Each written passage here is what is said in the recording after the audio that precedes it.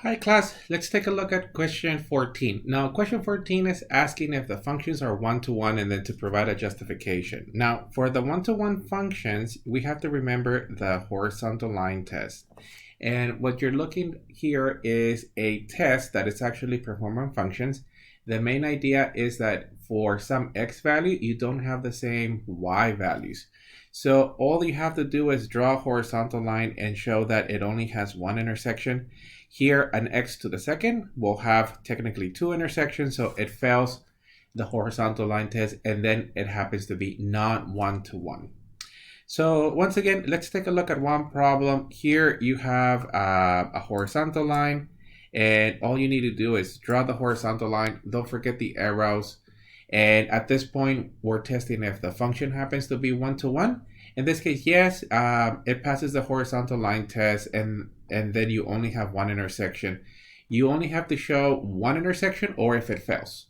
So for instance, if we take a look at problem B, in problem B, you have a parabola. It technically is a function, but not one-to-one because it fails the horizontal line test. So at these 2 points, you have the same y, therefore it fails. That means that if you draw a horizontal line, you're going to have multiple places where your actual y values are the same.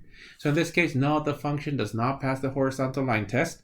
You only have to find one coordinate point, well, actually one y coordinate point that for multiple x's have the same value. In this case, if you pick x is equal to 1 and -1, they have the same y value. So in this case, this function is not one-to-one.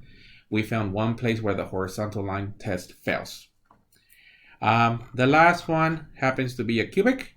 And in this case, well, wherever you move the horizontal line, you're only going to have one intersection.